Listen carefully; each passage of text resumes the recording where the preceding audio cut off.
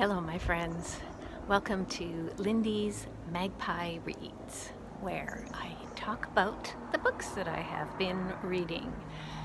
If you're new here, I have newly moved to Victoria, BC from Edmonton. I've only been here a couple weeks, so that opening clip was just to show you a bit of what my new environment is like. 5 minutes walk from here, there's a park and the Galloping Goose Trail, which is a combination walking and biking trail. It is very, very lovely here. All right, so I have finished 7 books in the past week. I'm not counting some picture books, but I made a separate video about those a couple of days ago. I will link to it down below if you're interested in picture books. The books that I'm going to be telling you about, of those, 5 are by Canadian authors. 4 of them are actually queer Canadian authors. 3 of them are audiobooks. 3 are graphic novels. And of those 3, 2 are translated from Spanish. 2 are short story collections, and 2 are rereads, which reminds me, there is a new readathon that's going to be happening in December. It's called Remember December Rereadathon, and it's about rereading. And I think there are 7 hosts. I will link to Elizabeth's post about it, Elizabeth of Bouquins and Books, if you want to know more about that. What else can I tell you about these books? One is by an Indigenous author. Chief Robert Joseph is of the Gwawaenuk people, coastal British Columbia, and November is Indigenous Heritage Month. Good time to be picking up books by Indigenous authors. Anytime is a good time, really. It's also nonfiction November, and Chief Robert Joseph's book is nonfiction. So that checks off that participation. I read a lot of nonfiction. Probably about 1/3 of the books that I read are nonfiction. In this case, only 1 out of the 7 though. What else? I like to collect literary references to Tim Hortons. This coffee chain comes up surprisingly often in Canadian literature. I found one in this past week, and I will link to my book blog where I collect these references. And I also found a Trepanations quote.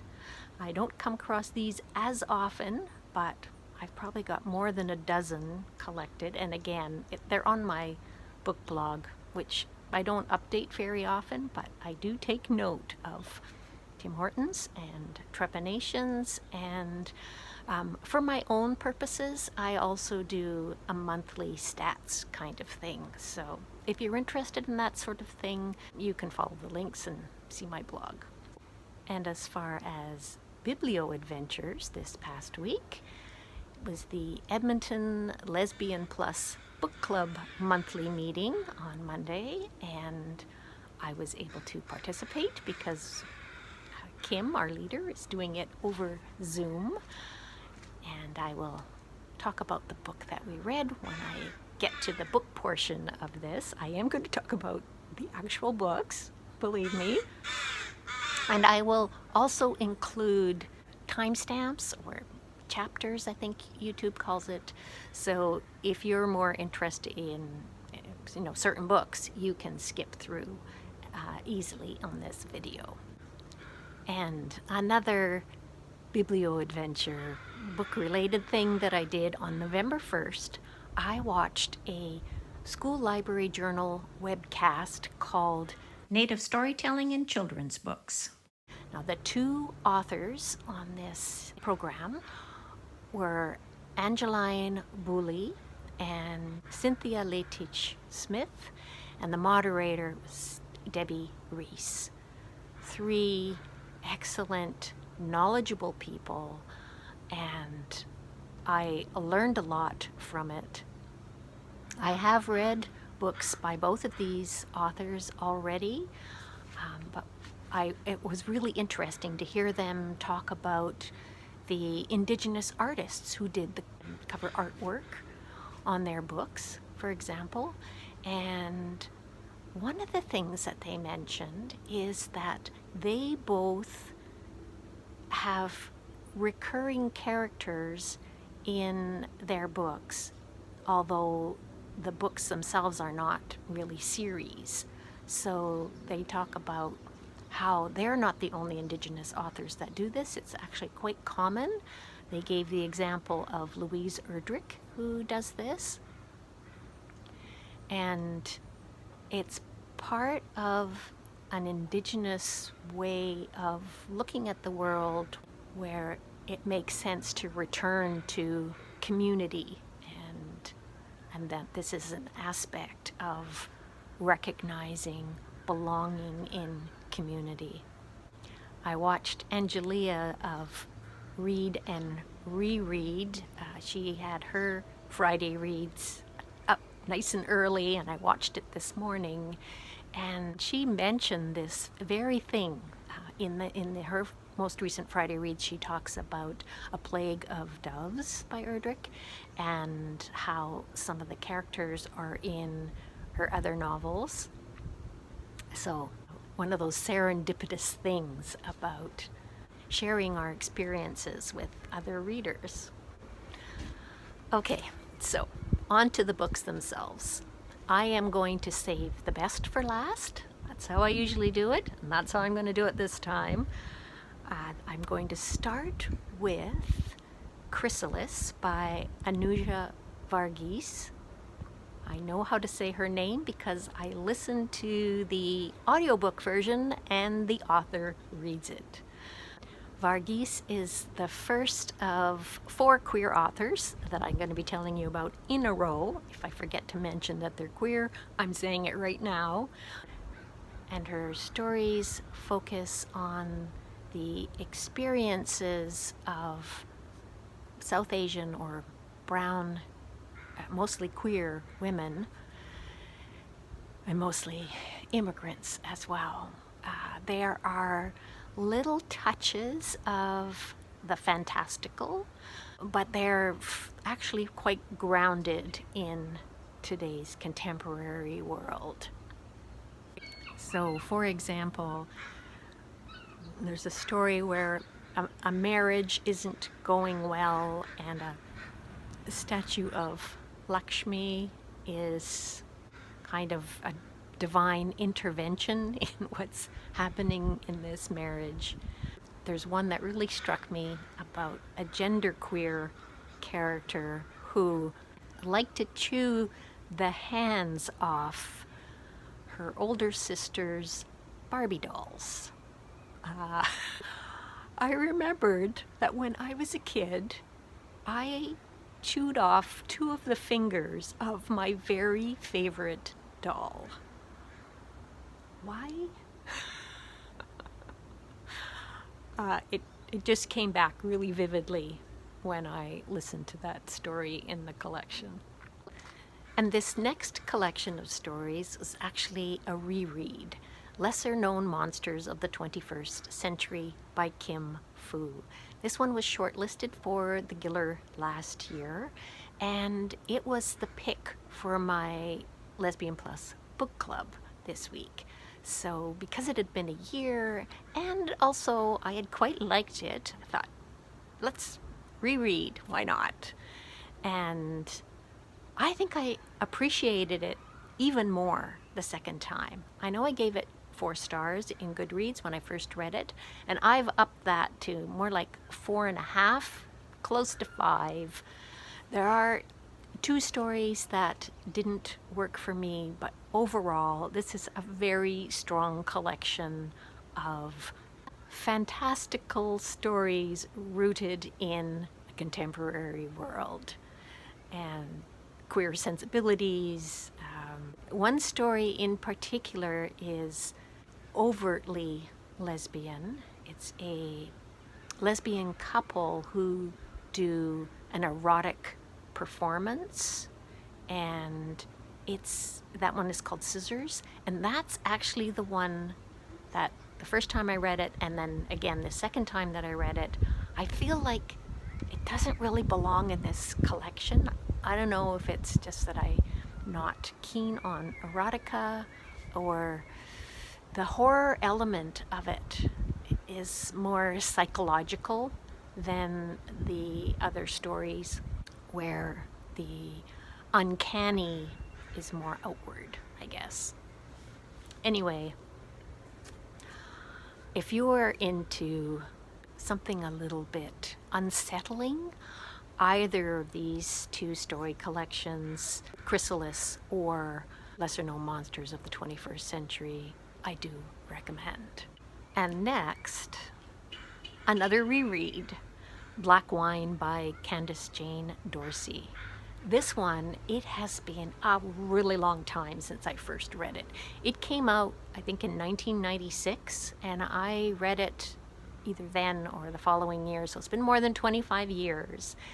And this year, Recorded Books came out with an audio version for the first time. It's read by Kitty Kelly.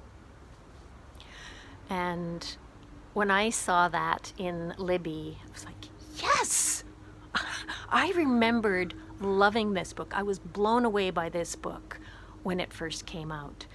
And there were aspects of it that came back to me immediately when I started listening. The opening scene is of a waif who doesn't remember her past. She's a slave who knows that she fell on her head out of an airship, and she befriends this woman who's mad and being held in a cage in the town square.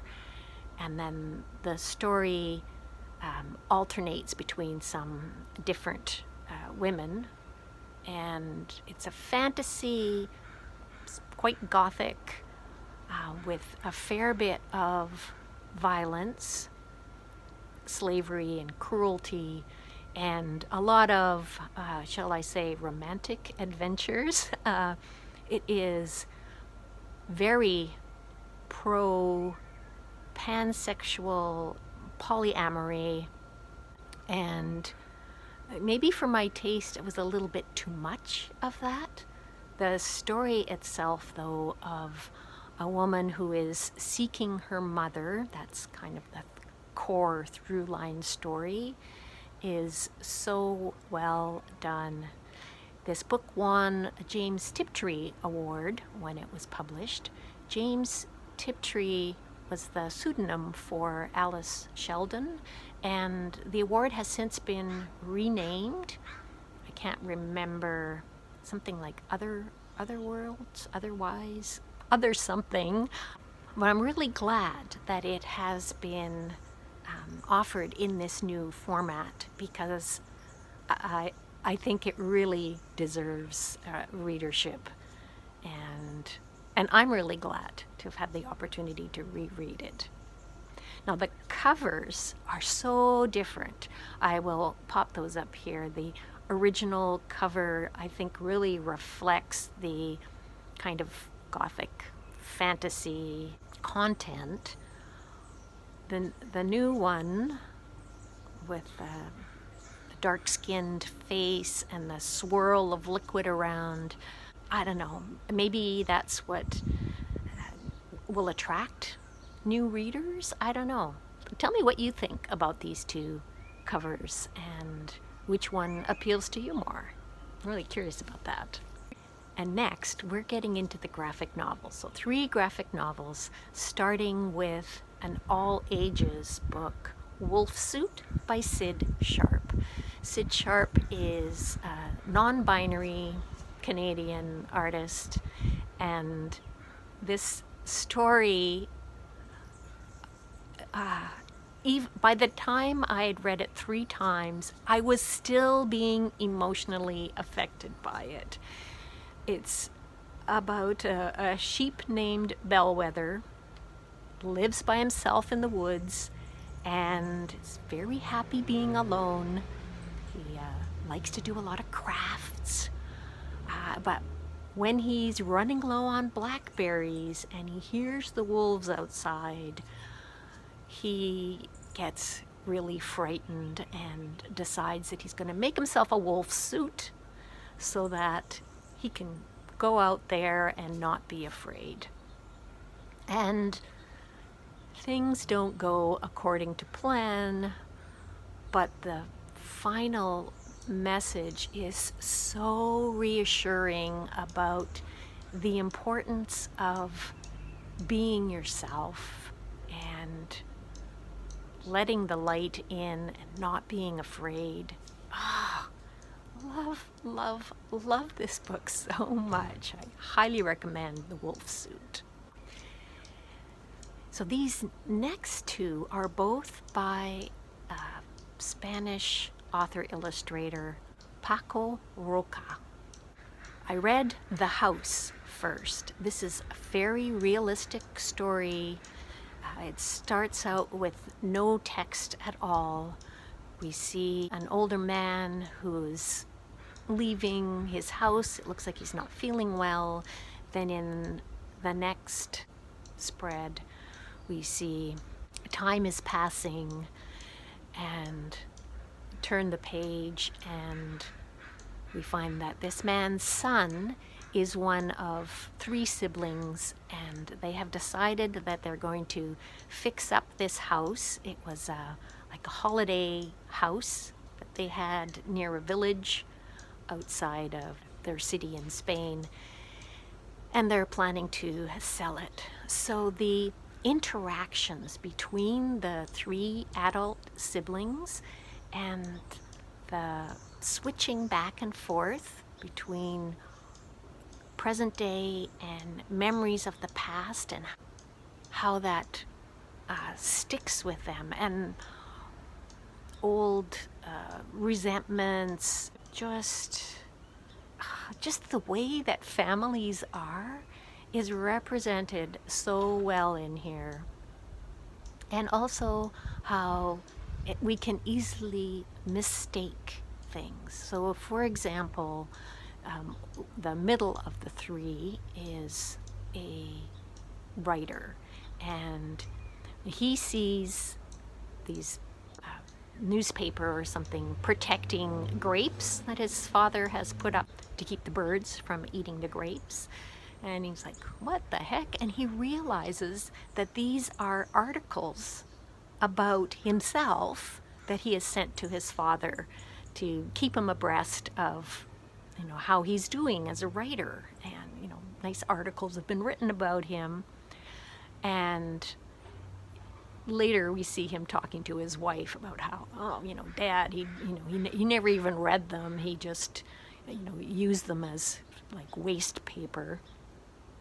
But when he's talking to a neighbor, the neighbor tells him, oh, your dad was always bragging about you kids, and you're the writer, right? He was always showing me newspaper clippings. He was so proud of you.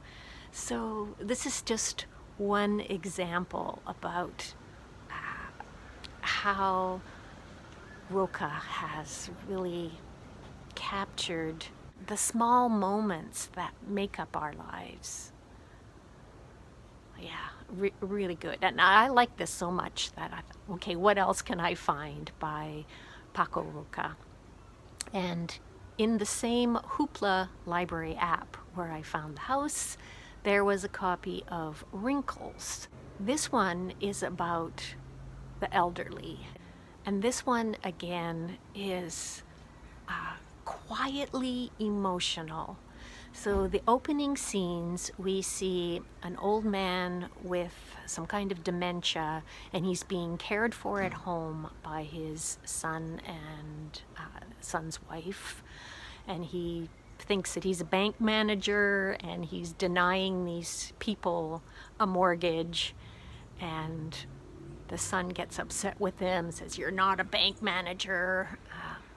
And the father gets upset too and throws his supper. And then the next scene, we see that he's being put into a care facility. And we get to know these various old people around him in this care facility. And for example, his roommate Miguel, who is always taking money from these other people who don't really know what's going on. But Miguel is not an all bad character. We see how the day-to-day existence is mostly either moving from the TV room where everybody's napping to the sunroom where the only difference from the TV room is there's no TV. But their lives go on, and the interactions with each other in this facility are really quite moving, even though it's overall quite a sad story. I do recommend it. Both of Paco Roca's books I gave 5 stars to, actually, and 5 stars for The Wolf Suit as well. Lots of great books in today's Friday Reads. Ending with the best one of the bunch. A brilliant memoir and book about reconciliation by Chief Robert Joseph called Namwayut. This word means we are one. The subtitle is A Pathway to Reconciliation. So Joseph writes about his own experience at residential school on coastal British Columbia. He's of the Gwawaenuk people. He still speaks Kwakwala, and he has been a leader of residential survivor groups and a real force for peace and reconciliation. I found this book so inspiring. I transcribed a lot of what he had to say. His experience at residential school was horrendous. So much abuse. And then as a young man, he was also still broken. And he writes that the reason that he decided to share the vulnerabilities of his hard times is because he wants it to be an example of how we can heal, and that if he can do it, other people can too. He says that what changed for him was something that happened in a moment that suddenly he realized he wasn't worthless and that he belonged to the human race. And I really took note of that because something along those lines happened to me too. I thought for a long time that I wasn't good enough. I was so hard on myself. And it wasn't until I was in my 40s that, just like that, suddenly I realized I was okay. And I could remember having thought that I wasn't good enough, but I didn't understand why. It just changed. So yeah, it can happen. It can happen. And for Chief Robert Joseph, one of his epiphanies is that the peak of human experience is allowing ourselves to know each other and to know ourselves. He talks about how the effects of colonialism and racism and assimilation affect all of us, everyone. He thinks racism continues to flourish because there's a part of us that leans towards assimilation so that we all have a common understanding of the world. But, he says, when we become assimilated, then we become less than the person we were before. So, he says, let us celebrate our differences, let's celebrate diversity, and at the same time recognize that we're one, Namwayut. He writes, every time that word is conjured up, we are reminded that we are one in this universe, we are one with the universe. Namwayut is a core value. Namwayut is a kind of magic.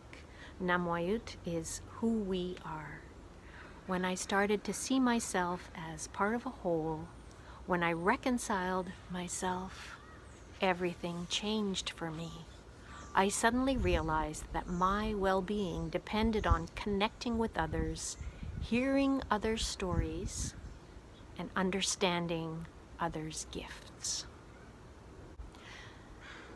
So this whole message of being open to others, of being open to love, was just so reassuring and wonderful to me. So that's why I've picked this as the best of the bunch, and I highly recommend Namwayut. Let me know if any of you have read this book and what you think of it, and what else have you been reading lately, and what else is going on with you. I love to hear from you down in the comments below. You are all beautiful people, and I thank you so very much for watching. I'm going to say goodbye for now. I will leave you with a few scenes from the Galloping Goose Trail. There's a trestle bridge that crosses the gorge, and yeah, so that's at the very end of this video. Take care, and I'll see you all soon. Bye-bye.